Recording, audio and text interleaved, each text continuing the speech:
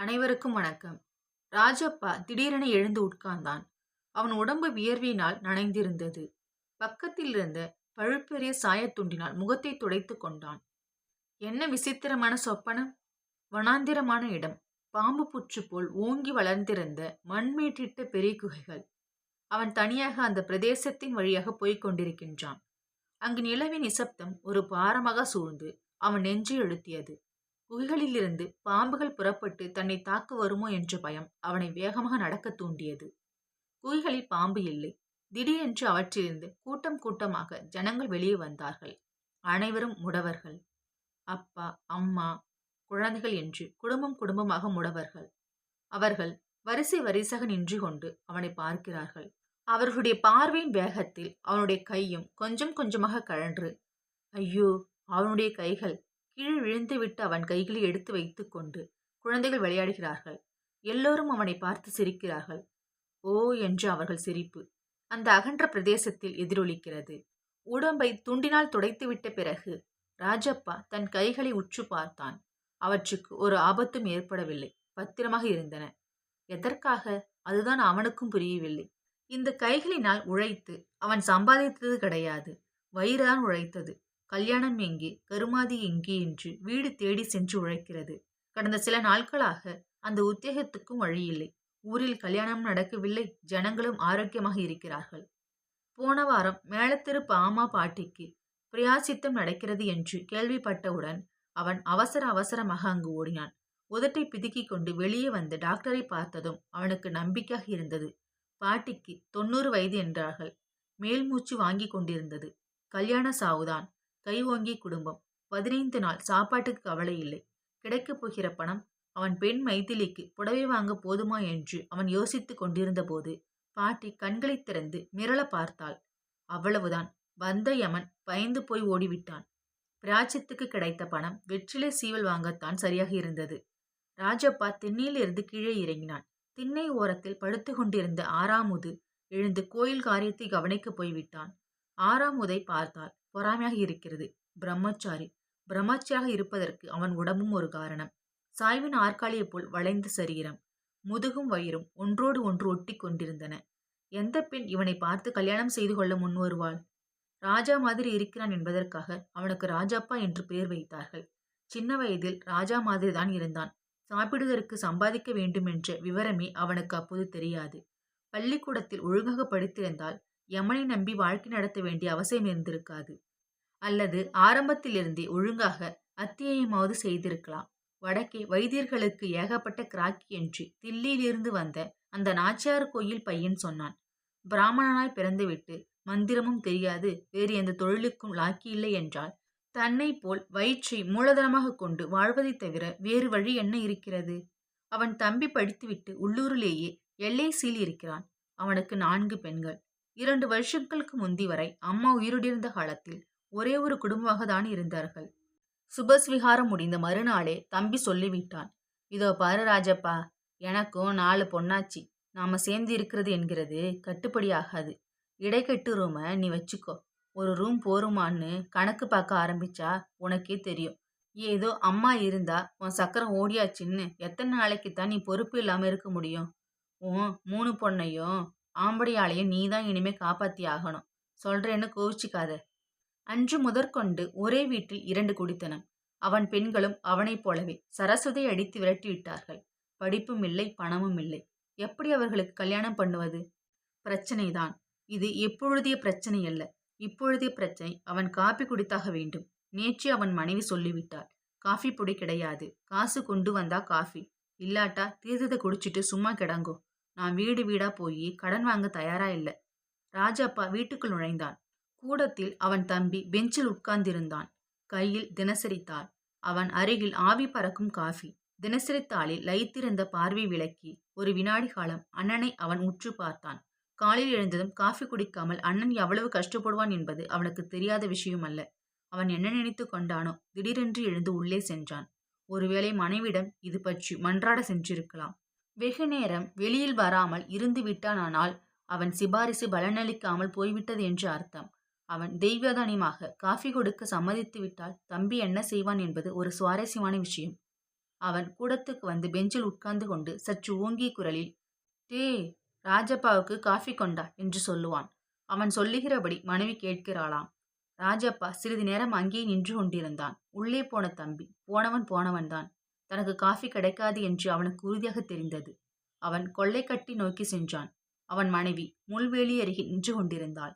அவன் பூநூலை காதில் மாட்டிக்கொண்டே கேட்டான். என்ன என்ன? அதான் ருக்கு தலிக கூடமாட ஒத்தாசை பண்ண போங்கோ. ருக்குவா? என் மைத்திலி எங்க? அபிராமி மாமியாத்துல ராஜராஜேஸ்வரி பூஜை பண்றாளாம். கன்னி பொண்ணுக்கு புடவை வாங்கி தர போறாளாம். அனுப்பிச்சேன். அபிராமி ஆத்திலேயே ஸ்மார்த்த பொண்ணுக்குன்னா கொடுப்பா. நான் தான் அபிராமி வாங்கிக்கால விழாத குறைய கெஞ்சி கேட்டுட்டேன். 18 வயசாச்சு. மைத்திலி கட்டிக்க ஒரு நல்ல புடவை கிடையாது. எல்லாம் கிழிசல். கல்யாணத்துக்கு இருக்கிற பொண்ணு. பிராமணங்களுக்கும் சாப்பாடு உண்டோ? புடவை கட்டிண்டு போனா உண்டு. ராஜப்பா தன் மனைவி உற்று பார்த்தான். இதழோரத்தில் ஒட்டி கொண்டிருந்த விஷம புன்னையுடன் அவள் வைகோளறையை நோக்கி சென்றாள். அவன் காதிலிருந்து பூணிலை எடுத்துக்கொண்டே திரும்பி வந்தபோது அவள் வைகோளறையில் உட்கார்ந்திருந்தாள். அதற்கு பேர்தான் வைகோளறை. ஒரு காலத்தில் அவனுடைய தாத்தா மிராசி என்று கொழித்த காலத்தில் வீட்டில் மாடுகள் இருந்தன. வைக்கோலும் இருந்தது. வைக்கோற் போரை அந்த அறையில்தான் அடுக்கி வைப்பது வழக்கம்.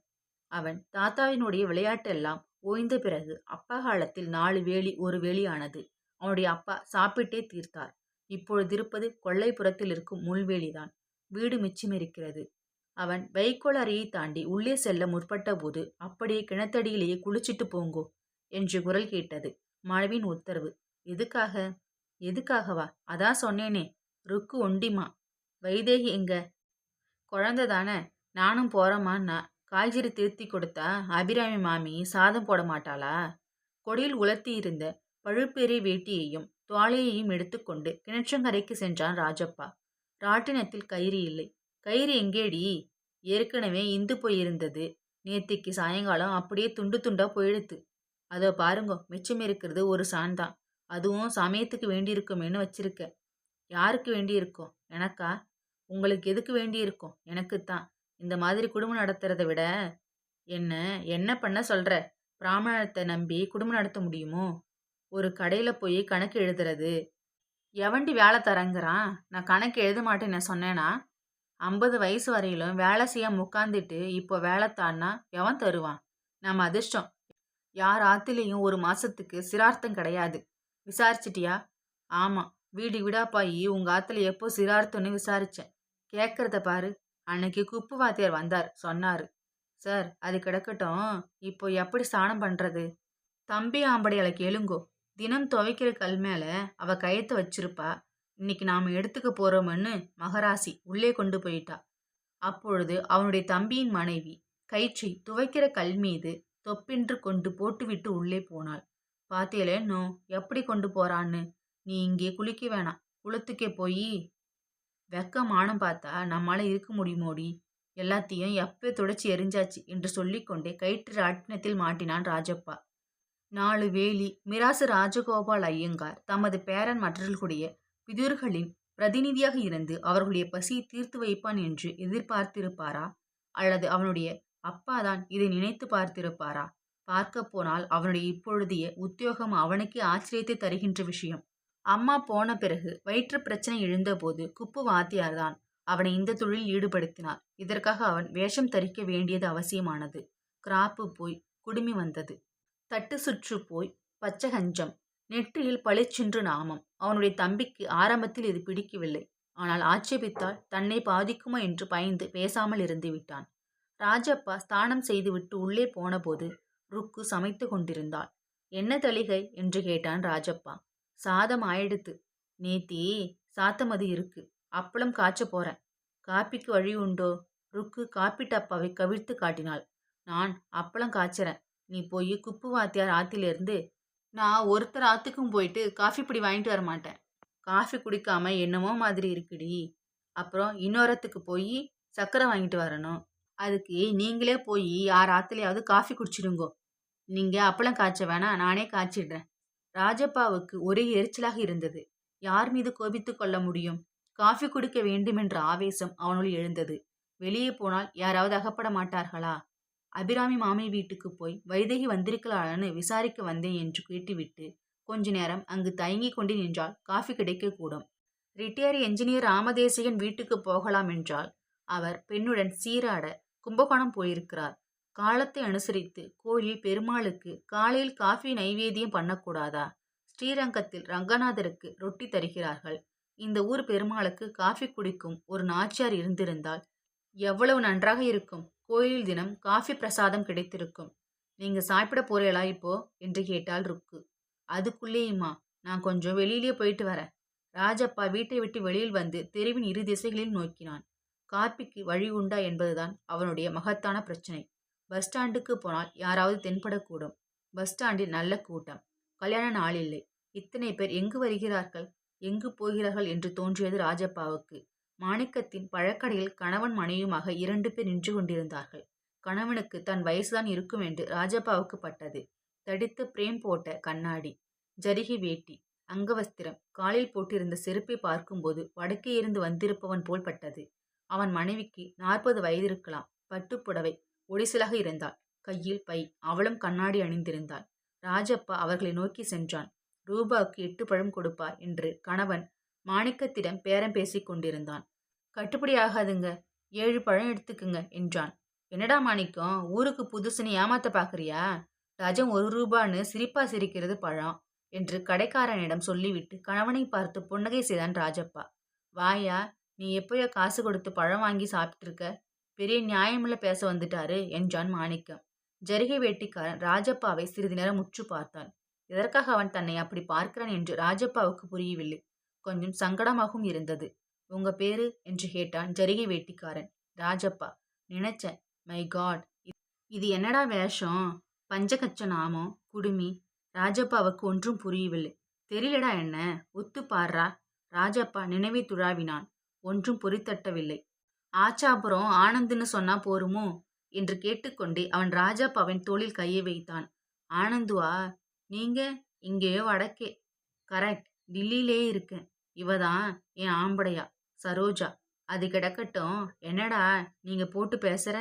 வருஷம் போனாலும் சிநேகிதம் போயிடுமா?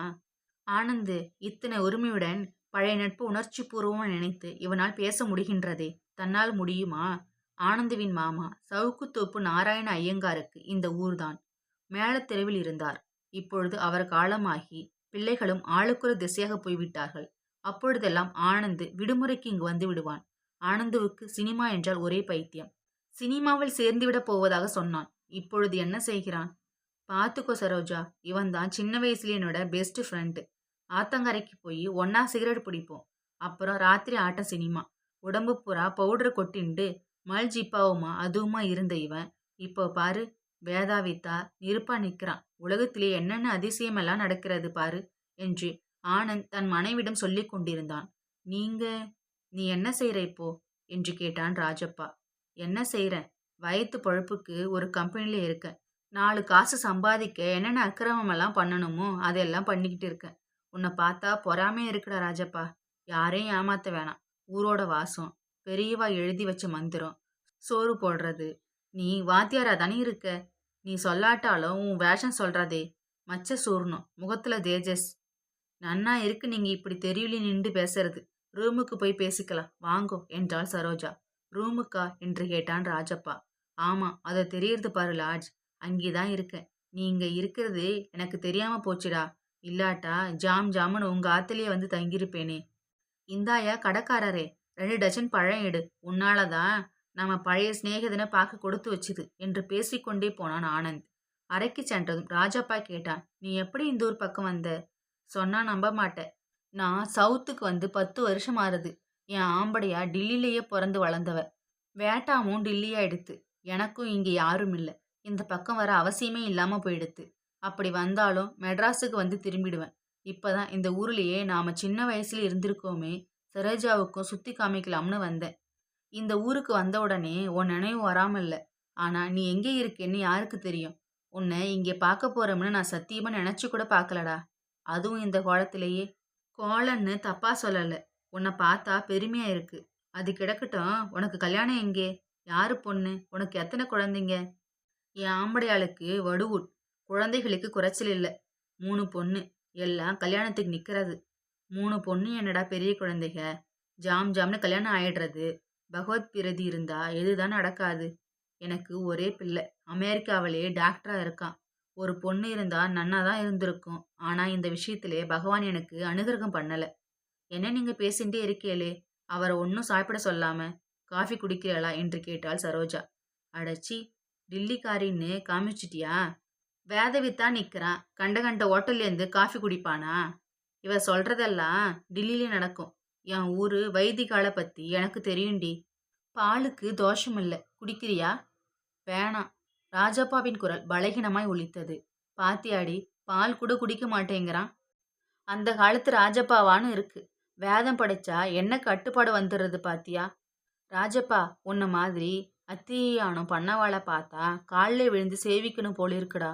நிஜமா சொல்றேன். சமஸ்கிருத மந்திரத்தை படிச்சவா சொல்லி கேட்கணும்னு எனக்கு கொள்ள ஆசை. தில்லியிலே பள்ளிக்கூடத்திலே ஒரு சமஸ்கிருத வாத்தியார் இருக்கார். நம்மடவர் ஸ்ரீனிவாச வரதன்னு பேரு. மந்திரம் சொன்னார்னா கணீர்னு இருக்கும். அவர் அடிக்கடி ஆத்துக்கு வர சொல்லி புருஷ சுத்தம் சொல்ல சொல்லுவேன். ஒரு தடவைக்கு 10 ரூபாய் தச்சனை. சாப்பாடு.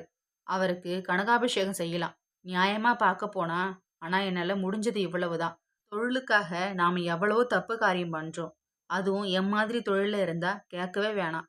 இதுக்கு உன் மாதிரி வேதம் படிச்சவாளை கூப்பிட்டு கௌரவம் பண்றது ஒரு வகையான பிராச்சித்தம்னு வேணும்னாலும் வச்சுக்கோ. வாய ஓயாம நீங்களே பேசிட்டு இருக்காளே, அவரை கொஞ்சம் பேச விடுங்கோ என்றாள் சரோஜா. ஆமா ஆமா, பேச ஆரம்பிச்சேன்னா ஓய மாட்டேன். என் தொழில் அப்படி. நீ கொஞ்சம் சாம வேதம் சொல்லேன், கேட்கணும்னு ஆசையா இருக்கு. என்னை டில்லிக்காரின்னு சொல்லிட்டு நீங்க இப்போ இப்படி இவரை போய் கேட்கறது நன்னா இருக்கா? வேதம் சொல்ல வேலை இடமெல்லாம் கிடையாதா என்றாள் சரோஜா. எனக்கு இருக்கிற ஆதங்கத்திலேயே பேசிண்டே போறேன். நீ சொல்றது சரிதான் சரோஜா. ராஜப்பா புறப்படு, உங்க ஆத்துக்கு போவோம். உன் ஆம்படையா குழந்தை எல்லாரையும் பார்க்கணும் போலிருக்கு. எங்களுக்கு இன்னைக்கு உங்க ஆத்திலே தான் சாப்பாடு. இந்தா பழமாவது சாப்பிடு. காஃபியோ பாலோ வேற எதுவும் தொடமாட்டேங்கிற. திடுதிப்புன்னு உங்க ஆத்திலே சாப்பிட வரோம்னா என்ன அர்த்தம்? பாவம் அவரோட ஆம்படியா என்ன செய்வா? ஆத்திலே என்ன சௌகரியமோ ஒன்னும் தெரியாம இப்படி பேசினா என்றாள் சரோஜா.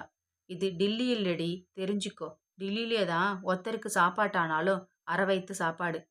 இங்கெல்லாம் கூட 2 பேர் சாப்பிட்றதுக்கு தயாரா சமைச்சு வச்சிருப்பா. என் ஊரை பத்தி எனக்கு தெரியாதா? உன்னை எதுக்காக கூட்டிட்டு வந்தேன் தெரியுமா? என் ஊர் பெருமை காட்டத்தான். சின்ன வயசுலே இவ ஆத்துல எத்தனை தடவை சாப்பிட்டுருக்கேன் தெரியுமோ? இவனோட அம்மா ஒரு ஊறுக்கா போடுவா. அதுக்கு பேர் என்னடா ராஜப்பா? எஸ், மாக்காளி கிழங்கு. மூட்டைப்பூச்சி வாசனையா இருக்குமே. வாயிலே போட்டா எனக்கு ருசியா இருக்கும் தெரியுமா? உங்க அப்பா பெரிய சாப்பாட்டு பிரியர். பக்தர்னு சொல்லணும், அப்படித்தானே? அப்பா சாப்பாட்டு பக்தர் தான். தாத்தா வைத்து விட்டு போன நிலத்தை எல்லாம் சாப்பிட்டே தீர்த்தார். இவன் சாப்பாட்டை நினைத்து கொண்டு வீட்டுக்கு வருகிறேன் என்கிறானே. இந்த நிலைமை எப்படி சமாளிப்பது? இந்த ஊரை பற்றி அவனுடைய 35 வருடத்திய ஆதாரமான நினைவுக்கு பங்கம் வரக்கூடாது என்ற பிடிவாதத்துடன் ஆவேசம் வந்தவன் போல் பேசுகிறான். அவனுடைய இளமை பருவ உலகத்தை காட்டுவதற்காக மனைவியையும் அழைத்து கொண்டு வந்திருக்கிறான். தன் வீட்டு நிலைமை பற்றி தெரிந்தால் இவனுக்கு எவ்வளவு ஏமாற்றமாக இருக்கும். தனக்கு இப்பொழுது காஃபிக்கு கூட வழி இல்லை. ஊருக்கு புதியவர்கள் போல் இருந்தார்களே. கோயிலையும் குளத்தையும் சுற்றி காண்பித்து காஃபிக்கு வழி பண்ணி கொள்ளலாம் என்றுதான் தான் போட்ட திட்டம் கிணறு வெட்ட பூதம் போல் ஆகிவிட்டதே. இவனிடமிருந்து எப்படி தப்பித்துக் கொள்வது? புருஷ சூத்மமாம், சாம வேதமாம், யாருக்கு தெரியுமாம் இவையெல்லாம்? அது கிடக்கட்டும். படிப்பு எதற்காக?